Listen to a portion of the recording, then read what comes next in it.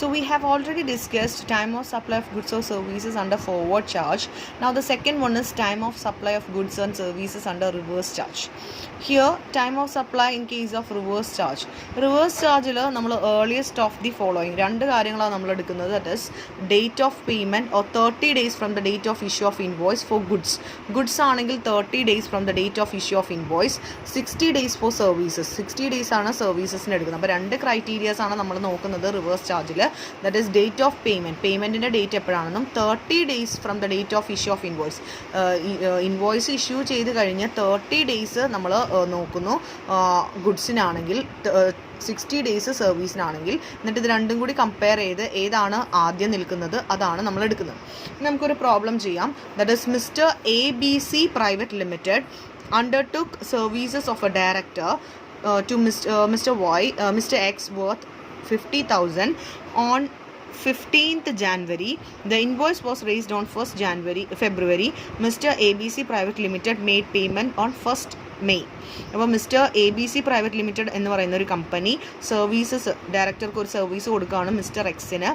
50,000 കൊടുക്കുന്നത്. അത് 15th January ഈ സർവീസ് പ്രൊവൈഡ് ചെയ്യുന്നത്. അതിന് ഇൻവോയ്സ് റേസ് ചെയ്തിരിക്കുന്നത് 1st February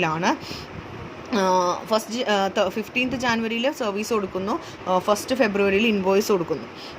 അതുപോലെ തന്നെ പേയ്മെൻറ്റ് നൽകുന്നത്, ഈ കമ്പനിക്ക് പേയ്മെൻറ്റ് നൽകുന്നത് 1st May ഒരു ഡയറക്ടറിൻ്റെ സർവീസാണ് എടുക്കുന്നത്. അപ്പോൾ ആ സർവീസ് എടുക്കുന്നത് 15th January. അപ്പോൾ 3 dates ആണ് ഇവിടെ ഉള്ളത്. 15th January, ഇൻവോയ്സ് ചെയ്യുന്നത് 1st February, അതുപോലെ തന്നെ പേയ്മെൻറ്റ് നൽകുന്നത് 1st May. അപ്പോൾ നമുക്ക് വേണ്ട ഈ രണ്ട് ക്രൈറ്റീരിയ നമുക്ക് ആദ്യം എഴുതി വയ്ക്കാം. ദാറ്റ് ഈസ് നമ്മളിപ്പോൾ പ്രോബ്ലം ചെയ്യുന്നത് റിവേഴ്സ് ചാർജിലാണ്. അപ്പോൾ നമുക്ക് ആ വേണ്ടുന്ന രണ്ട് കാര്യങ്ങൾ എഴുതി വയ്ക്കാം. That is date of payment,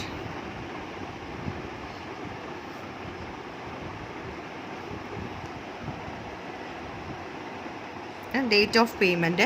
പിന്നെ അടുത്തതെന്ന് പറയുന്നത് 30 days from the date of issue of invoice of goods, 60 days for the services. അപ്പോൾ ഇവിടെ പറയുന്നുണ്ട് സർവീസ് ആണെന്നുള്ളത്. ഡയറക്ടറിൻ്റെ സർവീസാണ് നമ്മൾ. അപ്പോൾ സർവീസ് ആയതുകൊണ്ട് തന്നെ 60 days ആണ് നമ്മൾ എടുക്കേണ്ടത്. അപ്പോൾ 60 days from the date of payment. Date of payment അല്ല, date of invoice, date of issue of invoice.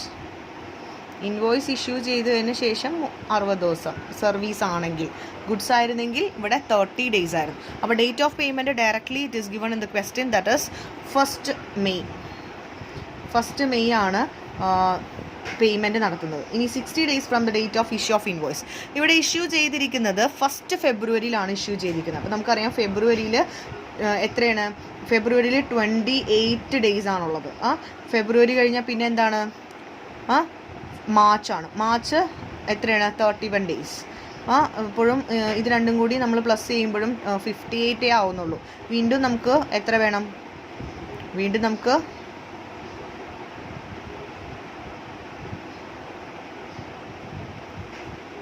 59 വരുന്നുണ്ട്. അപ്പോൾ നമുക്ക് ഒരു ദിവസം കൂടി വേണം. ദാറ്റ് ഈസ് എന്നാലേ നമുക്ക് 60 days ആവുള്ളൂ. ഇപ്പോൾ 60 days ആയി എന്ന് പറഞ്ഞാൽ 28 February, ഫെബ്രുവരിയിൽ 28 ദിവസവും അതുപോലെ തന്നെ മാർച്ചിൽ 31 days നമ്മൾ എടുക്കുന്നുണ്ട്. മാർച്ചിൽ 31 ഫുൾ ഡേ, ആ മാസം മൊത്തം നമ്മൾ എടുക്കുന്നുണ്ട്. അപ്പോഴും നമുക്ക് 59 വരുന്നുള്ളൂ. അപ്പോൾ ഏപ്രിലിൻ്റെ ഒരു ദിവസം കൂടി എടുത്ത് നമ്മൾ 60 days ആവും. അപ്പോൾ അങ്ങനെയാണെങ്കിൽ 60 days from the date of issue of invoice എന്ന് പറഞ്ഞാൽ ഏപ്രിൽ കഴിഞ്ഞ് ഏപ്രിൽ 1st കഴിഞ്ഞ് അടുത്ത ദിവസം, that is 2nd of April നമുക്ക് 60 days കഴിയുള്ളൂ. അപ്പോൾ ഇത്രയേ ഉള്ളൂ. ഡേറ്റ് ഓഫ് പേയ്മെൻറ്റ് നമുക്ക് ക്വസ്റ്റ്യനിൽ തന്നിട്ടുണ്ട്. 1st May. 60 days ആണ് നമ്മൾ എടുക്കുന്നത്. കാരണം അവിടെ സർവീസ് ആയതുകൊണ്ടാണ് 60 days എടുക്കുന്നത്. 60 days from the date of issue of invoice. Invoice issue ചെയ്തിരിക്കുന്നത് 1st February ആണ്. അപ്പോൾ 1st February തുടങ്ങി ദാറ്റ് ഈസ് 28 days ആണ് ഫെബ്രുവരിയിൽ. അടുത്ത മാസം എടുക്കുക, ദാറ്റ് ഈസ് 31 days ആണ് മാർച്ചിലുള്ളത്. അപ്പോഴും നമുക്ക് ഒരു ദിവസത്തെ കുറവുണ്ട്, 59 വരുന്നുള്ളൂ. അപ്പോൾ ഏപ്രിലിൽ നിന്ന് ഒരു ദിവസം കൂടി എടുക്കുക. അപ്പോൾ 60 days ആയി. അപ്പോൾ ഏപ്രിലിന് 1st കൂടി കഴിഞ്ഞ് അടുത്ത ദിവസം 2nd of April നമ്മുടെ ഈ ഡേറ്റ് വരുന്നത്. ഇനി രണ്ടും കൂടി കമ്പയർ ചെയ്യുക. 1st May അല്ലെങ്കിൽ 2nd April, whichever is earlier. 2nd April earlier ആയിട്ട് നിൽക്കുന്നത്. അപ്പോൾ time of supply is equal to It's equal to 2nd of April.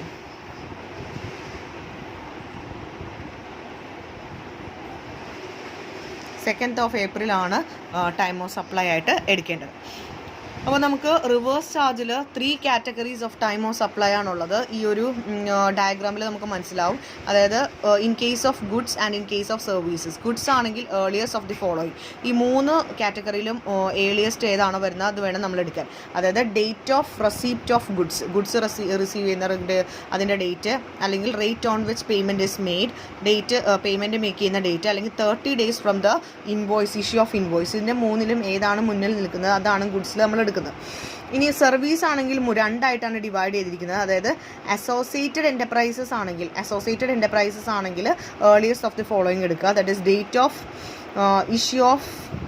Date of entry in the books of recipient books of എൻട്രിയിൽ അല്ലെങ്കിൽ ബുക്സിൽ entry ചെയ്യുന്നതിൻ്റെ date, അല്ലെങ്കിൽ date of payment ഇത് രണ്ടിലും ഏതാണോ ഏർലിയസ്റ്റ് വരുന്നത് അത് അസോസിയേറ്റഡ് എൻ്റർപ്രൈസസ് ആണെങ്കിൽ അതെടുക്കുക.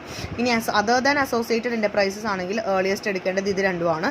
That is date on which payment is made or 60 days from the date of invoice issued by the supplier. ഇതിൽ രണ്ടിൽ ഏതാണോ മുന്നിൽ നിൽക്കുന്നത് അത് വേണം എടുക്കാനായിട്ട്. അപ്പോൾ ഇതാണ് റിവേഴ്സ് ചാർജിൻ്റെ ചാർട്ട്.